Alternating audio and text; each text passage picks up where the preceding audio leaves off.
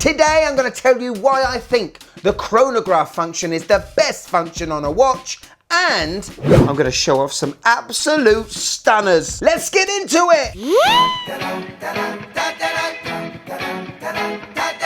Yes, and welcome to the Mad Watch Collector Show. Today we're talking about chronographs. Possibly the greatest feature on a watch for anyone that is a bit obsessed with time. Whether it's movies to do with time or time travel, I'm massively into sports, whether it's the Olympics or the World Cup, the chronograph or stopwatch function plays a huge role for us in 2025. Now we have to say a big thank you to Louis Monet, who in 1816 created the first mechanical chronograph. Pretty sure he was an astronomer and used it for astronomical measurements. But it was Nicholas Mathieu Riesek who developed the first commercially marketed chronograph in 1821. And one of these chronographs was commissioned by Louis XVIII because he wanted to time his horses round his track. It was Longines that developed the first chronograph wristwatch back in 1913, and it's debatable, but the first automatic mechanical chronograph was developed by Zenith in the El Primero. However, Seiko were the first to bring an automatic chronograph to market in 1969. This is the 6139. And throughout history, the chronograph has not only recorded world records, but helped people survive,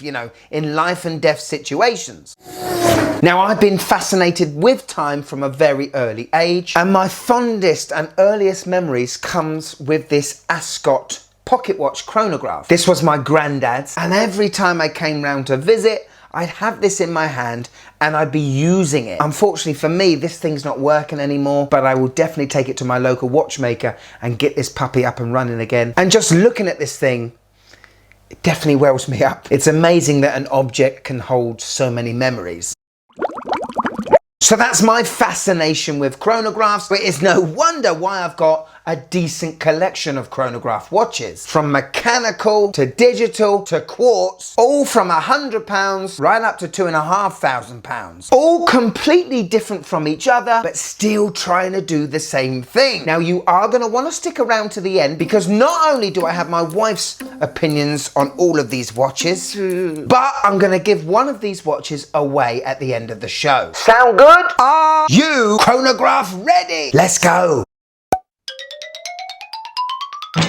So, ladies and gentlemen, sat in my Bravo H-slot watch case are my lovely chronographs. Pretty sweet! First of all, my Casio TRN50, the watch that celebrates 50 years of the very first Casio that came out in 1974. When this was released, it was a no-brainer. I had to buy it. I love history, and I love it when brands go back in time and reissue watches. But on this watch, I really do appreciate the stopwatch. The buttons are lovely, and I always do appreciate digital watches that even though you're in different modes, it still shows you the correct time. Now here we have the Hanhart 417ES, ES standing for stainless steel. This is an absolute pilot's icon. Hanhart, who have been around for a very, very long time, made a big name for themselves back in the 1920s for making very accurate and affordable stopwatches. The Swiss basically had the whole conglomerate of stopwatches. You had to pay quite a bit of money. So the owners found a gap in the market, and the rest is history. Now, during the Second World War, Hanhart did supply watches to the German Air Force. This one here, possibly their most iconic watch, that was first made post-war back in the mid-50s. Now this is a manual wind flyback chronograph. Now what flyback means is, after I engage the chronograph, instead of pressing the same button to stop it, I can push in the bottom one and return straight back to 12. This was quite an important feature for pilots back in the day who needed to time multiple things quickly. You can stop and reset just like a normal mechanical chronograph, but it's great to own a watch with a flyback capability. Hanhart is definitely a brand you should look into, as they still make mechanical stopwatches in their factory in the Black Forest in Germany. Next up, we have my beautiful Pogue coloured Seiko speed timer. This is the SSC 947P1. This watch is powered by a mecha quartz. Basically means that the chronograph hand mimics the seconds hand in the sweep that it does, instead of the quartz tick. The only thing you don't get with quartz, you don't get a nice feeling when you engage the chronograph. It's like a digital watch pusher. That's a trade-off you have to live with. This caliber is solar powered and it pulls in sunlight or any artificial light through the 3 subdials. Now, having a solar powered quartz movement is fantastic because the watch is always going to be around telling you the best accurate time. It's a watch you can just pick up, put on your wrist and get out the door. A lot of chronographs like this one have what they call a tachymeter scale bezel. You can measure distance and speed while using the chronograph hand. Something I have never ever done before and I doubt I ever will do. It's usually a racing watch or pilot's watch, like a Speedmaster. Next up is a watch I talk about so much that I might just have it on top of my tombstone. But the GW-M5610U is a watch I use a hell of a lot. G-Shocks were made to take a beating. I'm in a sports job. This watch is going to look after me as much as I look after it. The whole design does resemble the very first G-Shock that came out in 1983. I love reissues and I use the stopwatch on this watch a lot to time the length of my tennis lessons or certain drills, and with the new updated module to this watch I have the time shown in the top right hand corner. This is awesome. Could you just click that like button please? It really helps the channel. Thank you. Next up, an absolutely beautiful reissue from a Swiss company called Vulcain. This is the Nautique Skin Diver Chronograph and is a reissue from a model Vulcain first came out with in the 60s. Everything about the look of this watch I absolutely love. The big piston pushers for the chronograph, as this is a dive watch. I was a little bit surprised that the bezel was just friction based and not unidirectional, but it is so smooth to twist. And it being mechanical, the engaging of this value movement, oh, it is absolutely sensational. But I love this watch because it looks old, you know? Even though it's new, it looks old. And it looks like it came from a time when a mechanical watch was a huge thing. Next up is a watch from a company called Tool Watch Co. Now, they have been going around for a number of years now, and they've been releasing great vintage inspired but simple tool watches. Well, this is their chronograph. The dial they call flint white, stainless steel case and bezel, domed glass. I'm not sure what it is, but it's their own proprietary glass. This watch again is powered by a mecha quartz movement, the VK64, and with a 38mm case, 46 lug to lug, 20mm lug width, just over 12mm thick, and at a price under £300. I think this is a great little chronograph. But its party piece is the dial, because it is fully loomed. Yes, BGW9 all over. It's the first time I've ever enjoyed looking at skeleton hands. The watch looks just as good in the night as it does in the day. This bad boy I'm going to be giving away at the end of the show, so stick around to find out how you can win it. The next watch is one I bought at the end of 2018. This is the Fortis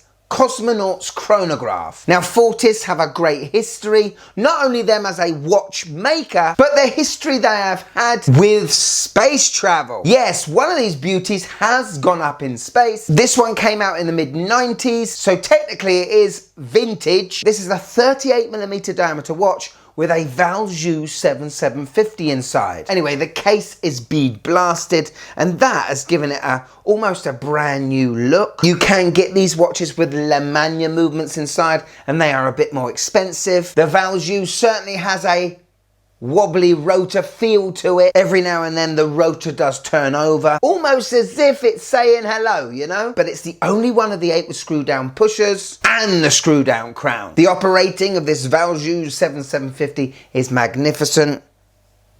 Oh, the engagement! This is the watch that has stopped me buying an Omega Speedmaster for many a year. This one is an absolute winner. It's my space chrono. And last but not least, this is actually my favourite watch I own in the whole collection, not just in chronographs. This is the Vertex MP45 Heritage mono pusher. So yes, this has a Swiss movement inside where you engage, stop and reset using the same button. Vertex are a brand I absolutely love. We've got the broad arrow on the dial face. That's because this watch was first commissioned by the British Ministry of Defence back in 1945. Don from Vertex brought the MP45 back to life, and it is an absolute pleasure to own.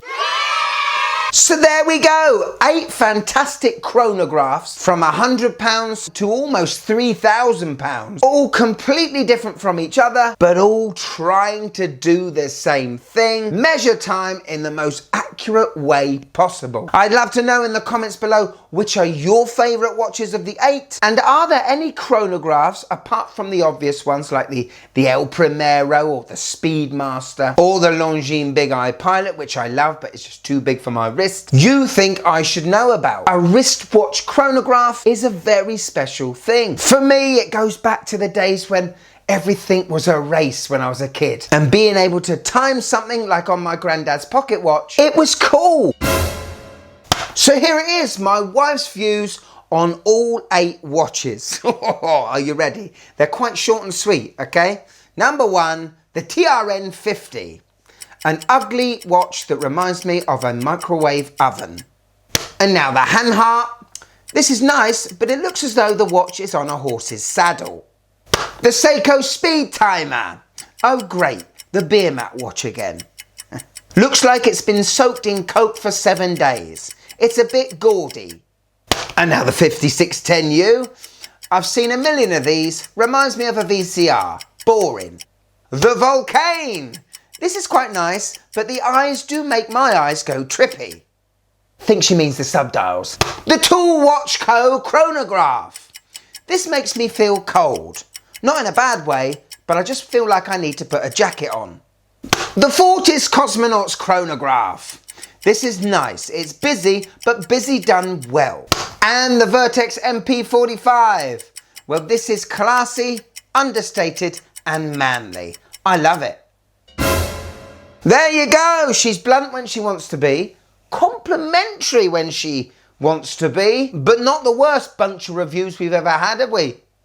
Thank you so much for watching till the end. I've really enjoyed showing off these chronographs, but now it's time to win one of them. Yes, if you want to be in with a chance of winning this watch, this is all you've got to do. 1, make sure you are subscribed to the Mad Watch Collector channel. And 2, if you were to win this watch, what's the first thing you'd be timing? Keep it clean. The winner will be announced in around 14 days and will probably be chosen by my 7-year-old daughter. Bear that in mind. Keep it clean. Thank you so much for watching till the end of the show. If you want a bit more of the Mad Watch Collector, click there and join. But if I've got you for a few more minutes, and I hope I have, you're gonna love this one. Go on. Keep the algorithm monkey a-swinging with this bad boy. This is a great one. Go on, click it. You'll love it. Click it. Come on, click it.